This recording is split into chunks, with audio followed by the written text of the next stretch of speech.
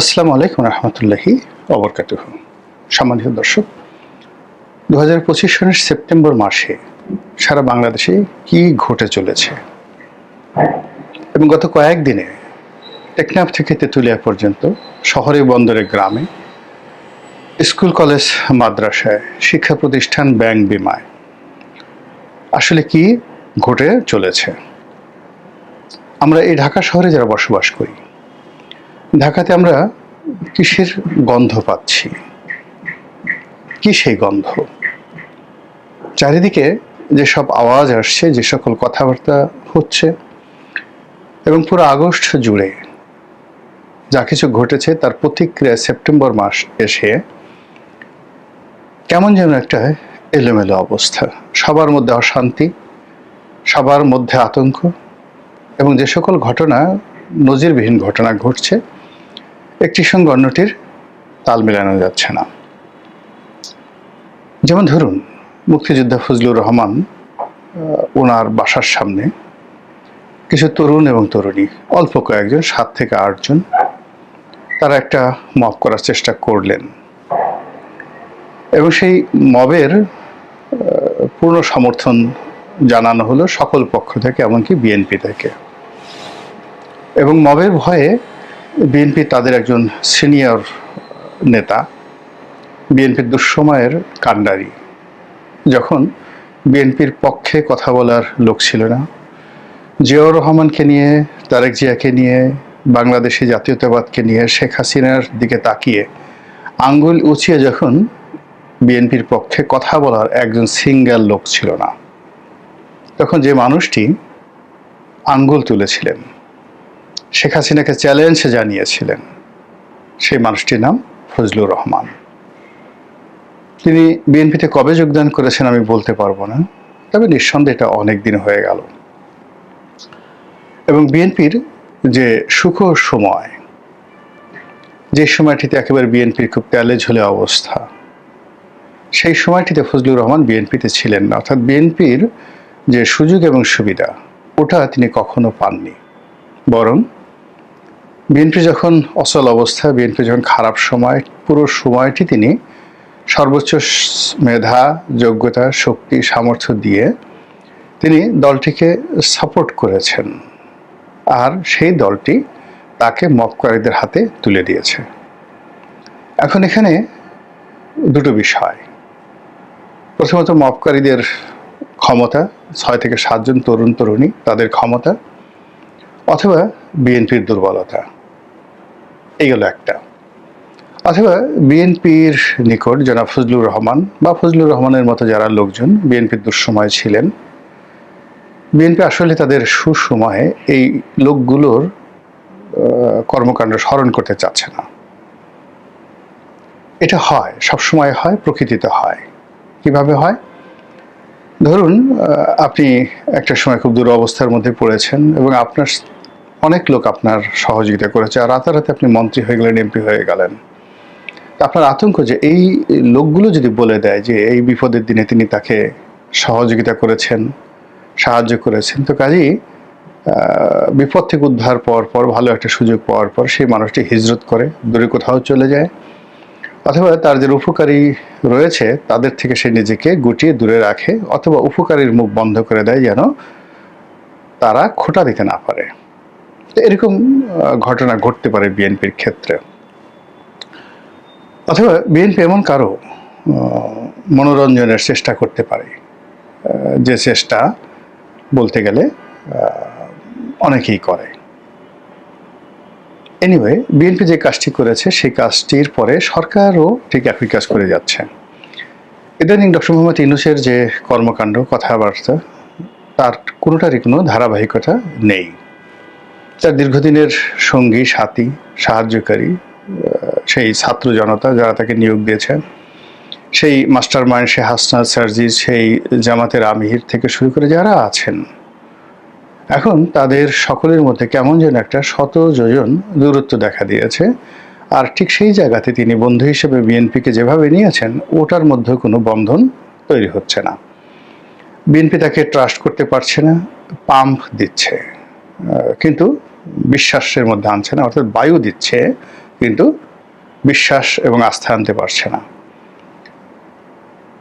একইভাবে বিএনপির উপর ভরসা করে ডক্টর মোহাম্মদ ইউনূস যে ঝুঁকি নেবেন, এটাও তিনি ভরসা পাচ্ছেন না। ফলে এখন তিনি বলতে গেলে অনেকটা কুল হারা, একটা মানে রমণী যেরকম হয় ঠিক ওই রকম ডক্টর মোহাম্মদ ইউনূস সব কুল হারিয়ে ফেলেছেন। অনেকটা ভাগ্যকুলের মতো আর কি। ভাগ্যকুলকে আপনারা জানেন কিনা বলতে পারবো না। এনিওয়ে, তো তিনি হারিয়ে ফেলেছেন সব কিছু, সরকারের যারা আছেন। তারপর বিএনপি, জাতীয় পার্টি, জামাত, এনসিপি, এরপর যাকে বলা চরমোনাই, এই যে রাজনৈতিক দলগুলো গত একটি বছরে অন্তত 10 থেকে 12 বার তারা সকলেই লক্ষ্যচ্যুত হয়েছেন। এক এক সময় এক একজনের দিকে ঝুঁকেছেন, এক এক সময় এক একভাবে বন্ধুত্ব করার চেষ্টা করেছেন, আবার 30 দিনের মাথায় সেই বন্ধুত্ব চলে গিয়েছে, আবার নতুন বন্ধুত্ব করার চেষ্টা করেছেন। এবং এই কারণে প্রায় প্রতিটি রাজনৈতিক দলের মধ্যেই নিদারুণ একটা মানসিক অশান্তি দেখা দিয়েছে। তাদের কথাবার্তায় ধারাবাহিকতা নাই, অনেকেই মেজাজ হারিয়ে ফেলছেন, অনেকে অসুস্থ হয়ে পড়েছেন। এই যে জামাতের আমির হঠাৎ করে অসুস্থ হয়ে পড়লেন, তার হার্টে 5টি ব্লক। তো যে উৎসাহ নিয়ে, যে উদ্দীপনা নিয়ে তিনি ছুটে বেরিয়েছেন, এখন অসুস্থ হয়ে অপারেশনের পর তিনি ছুটতে পারছেন না, তাকে বাসায় রেস্ট নিতে হচ্ছে। অথচ ডাক্তার বলেছিল যে 1 সপ্তাহের মধ্যে তিনি আবার স্বাভাবিক কাজকর্ম করতে পারবেন, কিন্তু আমরা তাকে দেখতে পাচ্ছি না। ঢাকা বিশ্ববিদ্যালয়, জাহাঙ্গীরনগর বিশ্ববিদ্যালয়, রাজশাহী বিশ্ববিদ্যালয় ছাত্র সংসদ নির্বাচন হচ্ছে এবং এখানে যেভাবে শিবিরের জয় জয়কার কল্পনা করা হচ্ছিল, ইতিমধ্যে কয়েকটি ঘটনা, বিশ্ববিদ্যালয়ের কয়েকটি ঘটনা, শিক্ষা প্রতিষ্ঠানগুলোর কয়েকটি ঘটনা পুরো নির্বাচনকে অনিশ্চিত করে তুলেছে। রাজশাহী বিশ্ববিদ্যালয়ে বেদম মারামারি হয়েছে। ঢাকা বিশ্ববিদ্যালয় কি যে হয় এখন পর্যন্ত বলা যাচ্ছে না। সকল পক্ষ বিরক্তি, চরম বিরক্তির চরম সীমায় পৌঁছে আছে। আর চট্টগ্রাম বিশ্ববিদ্যালয় এবং ময়মনসিংহ কৃষি বিশ্ববিদ্যালয়ে যে গণ্ডগোল হয়েছে, যে মারামারি হয়েছে, ব্যতিক্রমধর্মী মারামারি। চট্টগ্রাম বিশ্ববিদ্যালয়ে যেটা হয়েছে, আশেপাশের যারা লোকজন রয়েছেন, স্থানীয় অধিবাসী, তাদের সঙ্গে ছাত্রদের মারামারি হয়েছে। আর কৃষি বিশ্ববিদ্যালয় ছাত্রদের সঙ্গে যে মারামারি হয়েছে, সেখানে শিক্ষকরা অবরুদ্ধ হয়ে পড়েছেন এবং স্থানীয় জনগণ তারা এসে ছাত্রদের কবল থেকে শিক্ষকদেরকে উদ্ধার করেছেন। এরকম মানে কোনো ঘটনাটির সঙ্গে কোনো ঘটনার যোগাযোগ খুঁজে পাবেন না। বুয়েটের ছাত্রছাত্রীরা আন্দোলন করলেন এবং তারা সারা বাংলাদেশের যে সকল প্রকৌশল বিশ্ববিদ্যালয় রয়েছে তাদের সবাইকে সেই ঢাকার দিকে ডেকে আনলেন। তারপর সেটি নিয়ে মারামারি হলো, কাটাকাটি হলো, এখন তারা কমপ্লিট শাটডাউনে চলে গেছেন। এই হলো শিক্ষা প্রতিষ্ঠানের অবস্থা। Awami League all on a sudden খুব ঘন ঘন মিছিল করছেন এবং প্রতিদিনই 2, 4, 10টি মিছিলের ছবি চলে আসছে। কখনো নারায়ণগঞ্জ, কখনো তেজগাঁ, কখনো যাত্রাবাড়ি, কখনো সায়দাবাদ, কখনো ধানমন্ডি। খুব ছোট ছোট, কিন্তু এর পরিমাণ অনেক বেশি, যা কিনা প্রতিপক্ষকে ভীষণ রকম আতঙ্কগ্রস্ত করে তুলছে। আর শেখ হাসিনা খুব ডিপ্লোম্যাটিক ভাষায় কথা বলা শুরু করেছেন, সবাইকে ধৈর্য ধারণ করতে বলছেন এবং যাকে বলা হয় আবার ফিরে আসার অঙ্গীকার ব্যক্ত করেছেন এবং সবাইকে ক্ষমা করে দেওয়ার কথা বলছেন। এটা খুবই সন্দেহজনক, ভয়ঙ্কর। এর কারণ হলো, সে যখন তার স্বাভাবিক আচরণ করবে, ফুস করবে, ফাঁস করবে, রাগা হবে, একে মারবো, ওকে ধরবো, ওকে এই করবো, এইগুলো খুব স্বাভাবিক আচরণ। কিন্তু সে যখন খুব শান্ত হয়ে যাবে, ধীর হয়ে যাবে, স্থির হয়ে যাবে, তখন ধরে নিতে হবে যে he has been advised by someone with a good assurance. পেছন থেকে ভালো কেউ তাকে আশ্বাস দিয়েছে এবং তিনি সেটা বিশ্বাস করেছেন এবং সেই অনুযায়ী তিনি তার স্বাভাবিক চরিত্র, ভাষা সবকিছু বদল করেছেন। এইগুলো রাজনৈতিক অবস্থা। এবার আসেন প্রশাসন। পুলিশ ঘন ঘন বৈঠক করছে, ঊর্ধ্বতন কর্তৃপক্ষ কি নিয়ে বৈঠক করছেন, কি হচ্ছে সেখানে আমরা কিছুই জানি না। বলা হচ্ছে ঢাকাতে সর্বোচ্চ সতর্ক অবস্থায় রয়েছে পুলিশ। এখন পুলিশের যে চেইন অফ কমান্ড, সেই চেইন অফ কমান্ডে তারা সর্বোচ্চ সতর্কতায় থাকলে কি হবে, আর এখন যেভাবে আছেন সেভাবে থাকলে কি হবে, এটা একটা $1 মিলিয়ন প্রশ্ন। তারা কি সর্বোচ্চ সতর্কতায় আছেন নিজেদেরকে রক্ষা করার জন্য, নাকি জনগণের জানমাল রক্ষা করার জন্য, আওয়ামী লীগকে মোকাবেলা করার জন্য, বা আওয়ামী লীগের যে কোনো উত্থান হতে পারে সেটার মোকাবেলার জন্য, নাকি এখন যে সকল পক্ষ রয়েছে, যেভাবে নুরু তারপর জাতীয় পার্টি মারামারি করলো, একইভাবে অন্য রাজনৈতিক দলগুলোর মধ্যেও যদি অনিবার্য করে মারামারি হয়, সেক্ষেত্রে পুলিশের ভূমিকা কি, সেনাবাহিনীর ভূমিকা কি। আর এখানে মাঠের যে প্রশাসন, সেই প্রশাসনে সেনাবাহিনী ম্যাজিস্ট্রেসি পাওয়ার নিয়ে আছে। যতক্ষণ পর্যন্ত কোন একটি অঞ্চলে সেনাবাহিনী থাকে, ইচ্ছাই হোক অনিচ্ছাই হোক, সে এলাকার সকল প্রশাসন আসলে সেনাবাহিনীর কথায় চলে। এখন ধরুন জেলাতে ডিসি আছেন, এসপি আছেন, উপজেলাতে ওসি সাহেব আছেন, টিওনো সাহেব আছেন, কিন্তু ওই এলাকাতে ধরুন একজন মেজর আছেন, জেলাতে একজন লেফটেন্যান্ট কর্নেলের দায়িত্বে যে সকল অফিসাররা আছেন, ইচ্ছাই হোক অনিচ্ছা হোক মানুষের নজর কিন্তু সেই সেনাবাহিনীর দিকে, এবং এটাই বাস্তবতা। গত 1টি বছরে সেনাবাহিনী কার্যত কোনো অ্যাকশনে যায়নি। একেবারে যেগুলো না হলেই নয়, সেই জায়গাগুলোতে তারা অ্যাকশনে গিয়েছে, যেমন গোপালগঞ্জে গিয়েছেন সর্বশক্তি দিয়ে, এবং বলতে গেলে আন্তরিকভাবেই তারা গোপালগঞ্জের পরিস্থিতি নিয়ন্ত্রণ করার চেষ্টা করেছে এবং সরকারকে সর্বতোভাবে খুশি করার চেষ্টা করেছে, এনসিপিকে খুশি করার চেষ্টা করেছে। গোপালগঞ্জে তারা যে সক্রিয়তা দেখিয়েছে, যে প্রফেশনালিজম দেখিয়েছে, আমি ইতিবাচক অর্থেই বলছি, এটা বাংলাদেশের সেনাবাহিনীর ইতিহাসে এইরকম কোনো ঘটনা ঘটেনি। ডাইরেক্ট গুলি করে অসংখ্য মানুষ মারা, তারপর অনেক দিন 4-5 দিন কারফিউ দিয়ে পুরো এলাকাতে একটা ভীতিকর অবস্থা তৈরি করা, এরকম ঘটনা আসলে আমি এই বাংলাদেশে যেই কবারই সামরিক শাসন হয়েছে, আমার যতটুকু মনে আছে, আমি কখনো এরকম ঘটনা দেখিনি। অতীতে বিভিন্ন সময় যত অভিযোগ ছিল পুলিশের বিরুদ্ধে, এই গেল পুলিশের অবস্থা, সেনাবাহিনীর অবস্থা। তারপর ধরুন এখন সেনা প্রধান, তার চাকরির মেয়াদ বোধহয় সম্ভবত ডিসেম্বর পর্যন্ত আছে, এরকম একটা কথাবার্তা আমরা শুনতে পাচ্ছি। সেনাবাহিনীতে অনেকগুলো নিয়োগ হলো, নিয়োগ মানে কি, পদোন্নতি হলো, বদলি হলো, এবং খুবই সেন্সিটিভ। বিশেষ করে সাভারের যে জিওসি যিনি হলেন, এটি খুবই একটা সেন্সিটিভ 9 ডিভিশনের জিওসি। তারপরে কুমিল্লার যিনি জিওসি হন ঢাকার পাশে, অত্যন্ত গুরুত্বপূর্ণ। তারপর হলো গাজীপুর। এখন কুমিল্লা এবং ঢাকার যে সাভার ক্যান্টনমেন্টের যে জিওসি, এই পদে পরিবর্তন এসেছে। অনেকগুলো পদে, গুরুত্বপূর্ণ পদে প্রমোশন হয়েছে, ব্রিগেডিয়ার থেকে মেজর জেনারেল।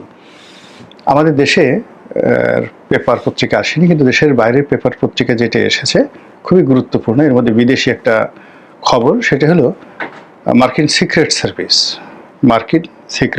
সেটা কি এফবিআই না সিআইএ এটা বলতে পারবো না। মার্কিন সিক্রেট সার্ভিসের এক কর্মকর্তা ঢাকার কোন হোটেলে কি হয়েছেন, এরকম একটা খবর ভারতীয় পত্রপত্রিকায় এসেছে। আমি বলতে পারবো না, এর বাইরে আর বাংলাদেশ করা সম্ভব নয়। এটা নিয়ে হয়তো কোনো যাকে বলা হয় পর্দার আড়ালে কিছু একটা হচ্ছে। নচেত মার্কিন রাষ্ট্রদূত খুব অস্বাভাবিক তৎপরতা দেখাচ্ছেন। এরপর চীন সফর থেকে এসে প্রধান সেনাপতি, তিনি রাষ্ট্রপতি, তারপর প্রধান উপদেষ্টা, এরপর প্রধান বিচারপতির সঙ্গে দেখা করেছেন। এর মধ্যে প্রধান বিচারপতির সঙ্গে তার বৈঠকটি ভীষণ রকম যাকে বলা হয় দৃষ্টান্তহীন, নজিরবিহীন। অতীতে এরকম নজির দেখা যায়নি। এবং এই ঘটনার পর সারা বাংলাদেশে খবর ছড়িয়ে পড়ে বা গুজব ছড়িয়ে পড়ে যে জরুরি অবস্থা, অনিবার্য জরুরি অবস্থা আসছে, সেনা শাসন আসছে ইত্যাদি।